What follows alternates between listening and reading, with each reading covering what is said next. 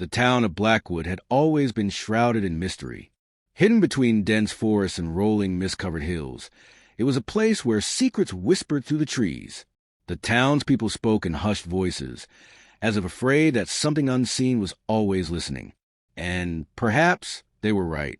On an autumn evening in 1998, Alex Carter arrived in Blackwood, unaware that his life was about to change forever.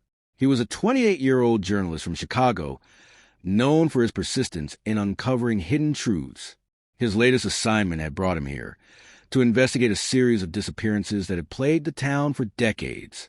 For more than 30 years, people had gone missing in Blackwood without a trace.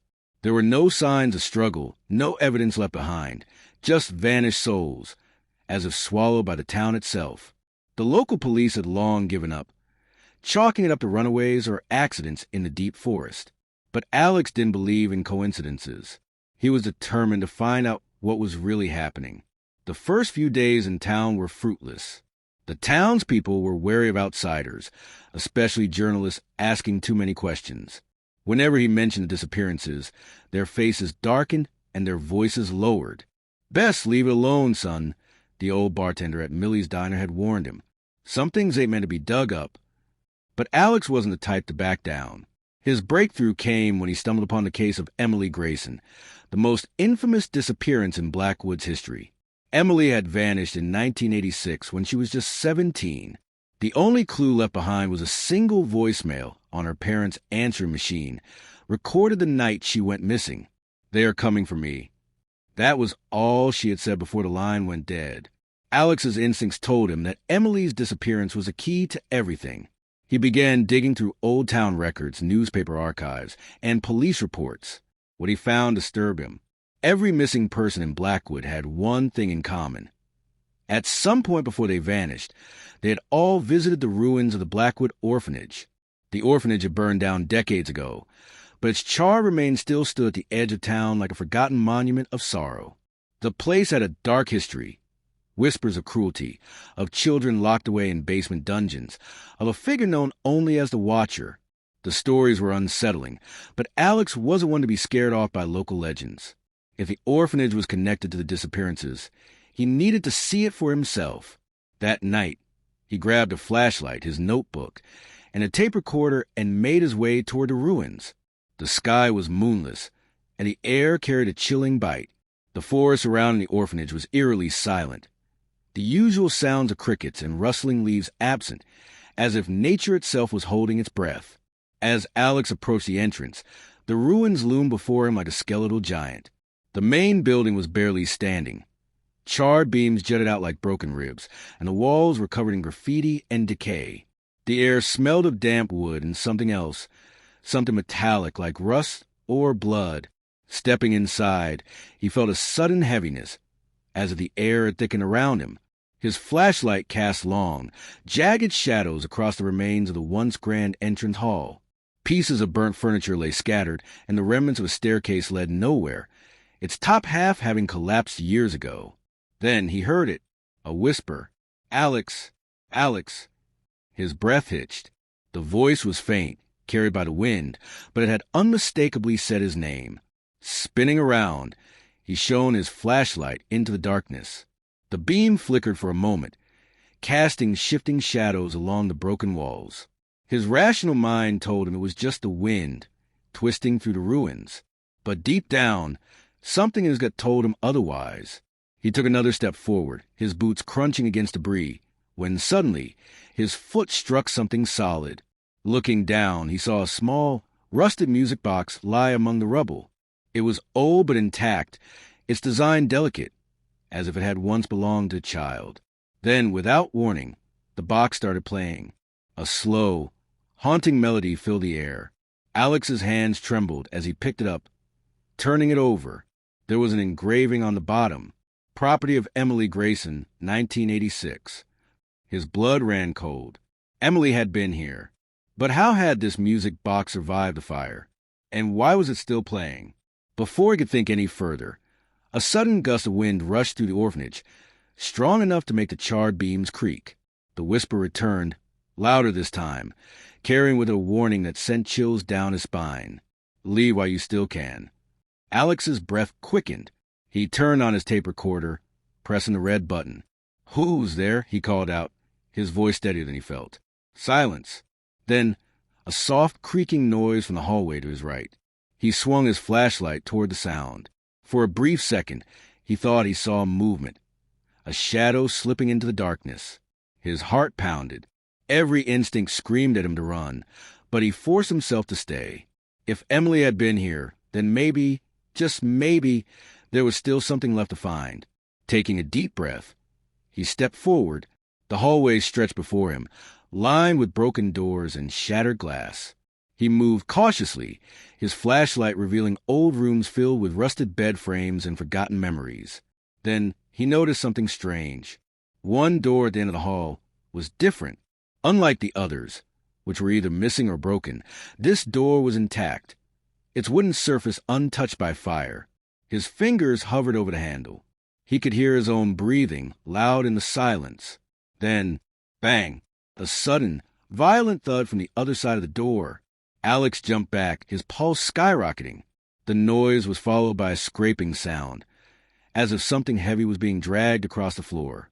Then, the whisper returned, this time right behind him. "You shouldn't be here."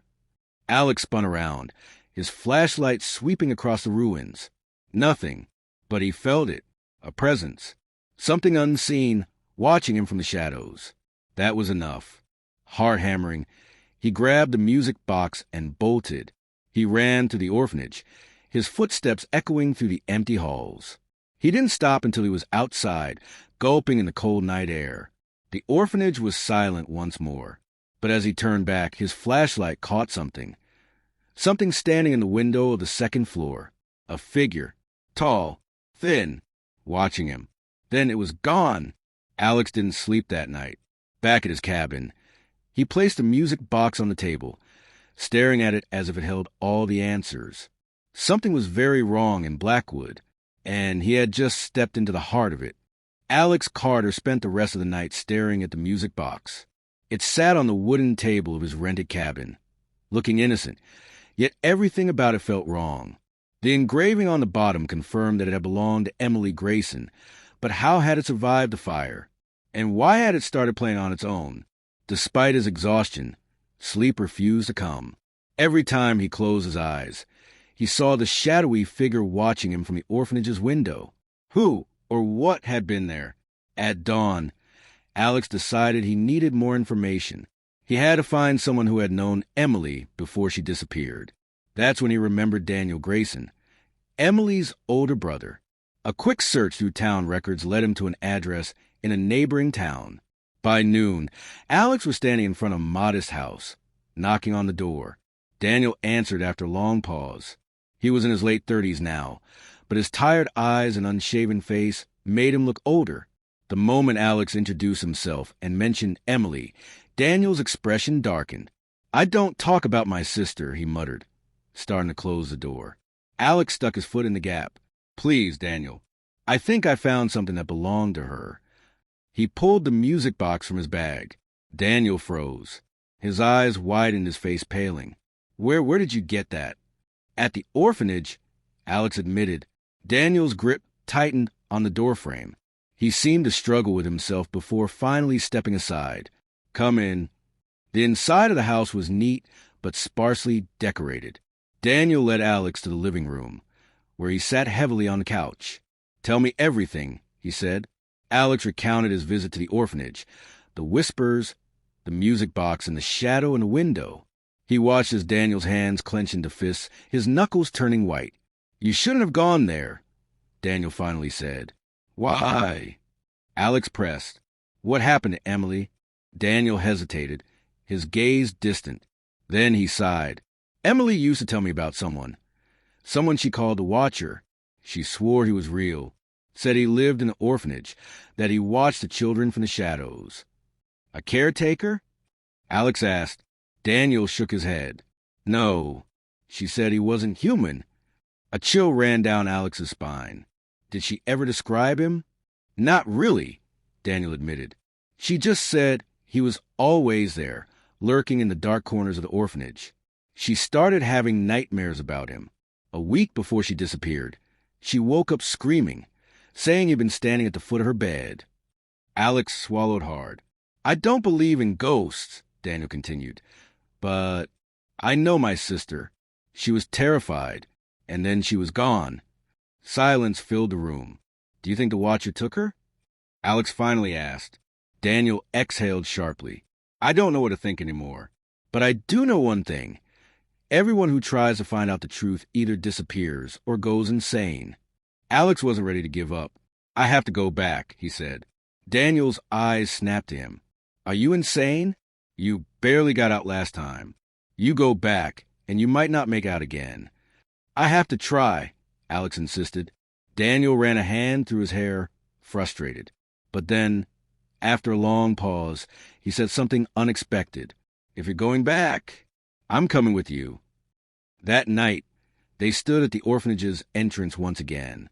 The wind howled through the broken windows, and the darkness inside felt deeper than before. "Ready?" Alex asked. Daniel took a deep breath and nodded. They stepped inside.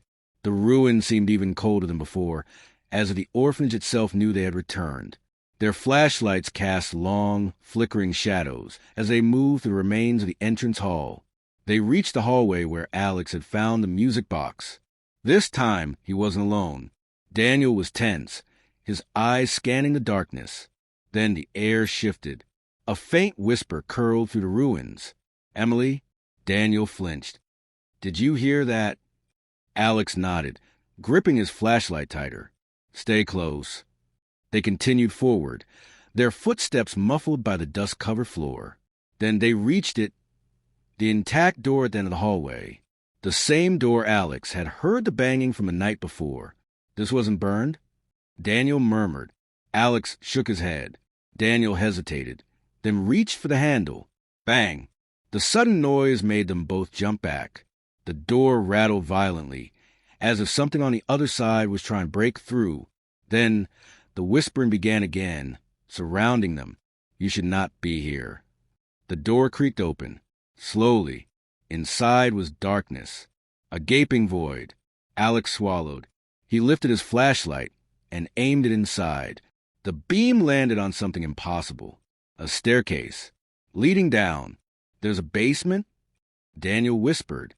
"There shouldn't be," Alex replied. But the stairs were there, winding into the darkness below. Alex took a step forward. Daniel grabbed his arm. "Are you serious?" Daniel hissed. "I need to know," Alex whispered back. Taking a deep breath, he stepped onto the first stair. Then the second. Daniel cursed under his breath and followed. The deeper they went, the colder it became. The air grew thick, heavy, suffocating. Then a soft sound, a child's giggle. Daniel stiffened. "Did you?" "Yes," Alex whispered.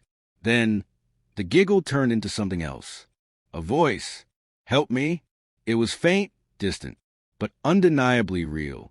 Then suddenly, the door at the top of the stairs slammed shut. Total darkness. Daniel cursed. "Alex, we need to get out." Then they heard it. A deep, guttural breathing. Right behind them. Alex's blood ran cold. Then a hand grabbed his shoulder. He screamed. Daniel yanked him back, scrambling up the stairs. The sound of something crawling up behind them sent terror flooding through Alex's body. They reached the top, shoving at the door. It wouldn't budge. Then, a whisper right at Alex's ear. "You cannot escape." With a final desperate shove, the door flew open. They tumbled out into the hallway, slamming the door shut behind them. Silence. Then scratching, as if something was clawing at the wood from the other side. Daniel grabbed Alex. "We're leaving. Now." They ran. Out of the orphanage. Through the woods. Back to the car. Neither spoke on the drive back. They didn't need to. They both knew one thing. They hadn't been alone down there. And whatever was in that basement, it wasn't human. Alex and Daniel drove in silence, their minds racing with the horrors they had just encountered in the orphanage's basement. The darkness they had felt wasn't just fear. It was something alive, something watching, waiting. Whatever was down there didn't want them to leave. And yet, somehow, they had escaped. Or had they? As they pulled into Daniel's driveway, Neither of them moved for a long moment. The car engine hummed softly, a stark contrast to the eerie silence between them. Did that really happen? Daniel finally broke the silence, his voice hoarse. Alex turned to him, gripping the steering wheel tightly. You felt it. You heard it. That was real. Daniel ran a shaky hand through his hair. Then what the hell was that thing? Alex exhaled, still trying to process everything. He pulled out his tape recorder, which had been running the entire time. He rewound it and pressed play. Static. For the first few seconds, all they could hear was faint rustling. Probably their own footsteps. Then came the whispering. You should not be here. Daniel flinched as they heard the same eerie voice from the orphanage. But then, something neither of them had heard in real time crackled through the speaker. A girl's voice. Weak. Desperate. Help me, please? Alex and Daniel exchanged a look. Emily, Daniel whispered. Alex nodded. If Emily's voice was on the recording, then maybe, just maybe, she was still alive, or at least her soul was trapped somewhere in that cursed place. The final visit to the orphanage. Neither of them wanted to go back. Every instinct screamed at them to stay away. But if there was even the slightest chance that Emily was still in there, they had to try. This time, they came prepared. Armed with extra flashlights, rope, and a crowbar, they returned to the orphanage as the sun dipped below the horizon. The building stood as lifeless as before, its skeletal remains whispering in the wind. The moment they stepped inside, the temperature seemed to drop. Let's get this over with, Daniel muttered. They retraced their steps to the door at the end of the hallway. Alex hesitated before touching the handle. If anything happens, we stick together, Daniel finished. With a deep breath, Alex pushed the door open. The staircase leading down was still there, vanishing into the abyss. They descended, the air growing colder with each step. This time, their flashlights flickered erratically, as if struggling against an unseen force. Then, at the bottom, they saw it, a room. Unlike the ruined orphanage above, this place was untouched by time. The walls were clean, the wooden floors polished. But it was what stood at the center of the room that sent a fresh wave of fear through them. A large, ornate mirror, tall, with an antique golden frame. The mirror reflected more than just their images. It reflected Emily. She stood inside the mirror, her 17-year-old face frozen in terror. Her hands pressed against the glass, as if she had been trying to escape for years. Daniel let out a strangled gasp. Emily. Her eyes widened.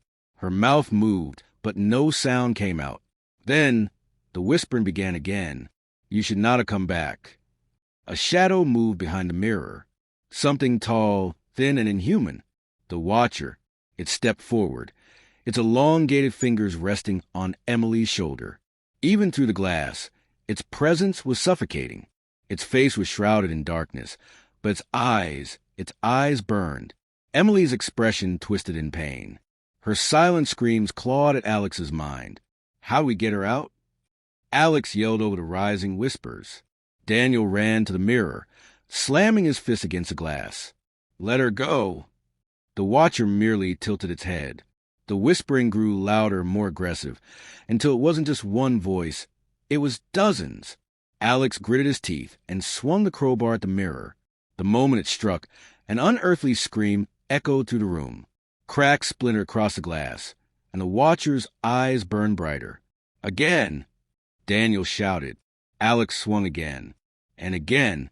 With each impact, Emily became clearer, her voice finally breaking through.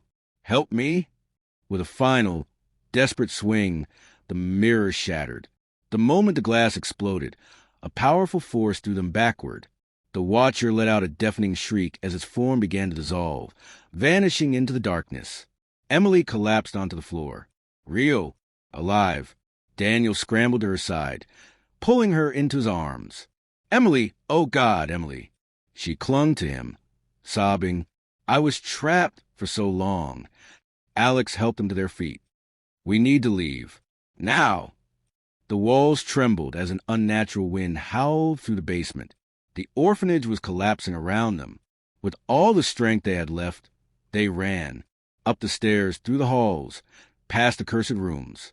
As they reached the exit, the entire building groaned, as if exhaling a final breath. They barely made it out before the orphanage collapsed in on itself, burying whatever evil had lurked within. The whispers were gone, the Watcher was gone, and Emily was finally free. Epilogue: The end of Blackwood's curse. Days later, Emily sat in Daniel's living room, wrapped in a blanket, sipping tea. Though her body was back in the real world, her mind was still haunted by the years she had lost. "I was trapped in that mirror the night I disappeared," she said softly. "I don't know how long I was in there. Time didn't feel real. The Watcher kept me there, feeding off my fear. I wasn't the only one. There were others before me, but they didn't make it." A heavy silence followed. "But you did," Alex said. Emily met his eyes. "Because of you." Daniel placed a hand on her shoulder. "You're home now." She nodded, tears brimming in her eyes. As Alex stepped outside for fresh air, he glanced back at the house. For the first time since he arrived in Blackwood, the town felt lighter. The heaviness that hung over it for decades seemed to have lifted. The orphanage was gone. The Watcher was gone. And the vanishing echoes of Blackwood had finally come to an end.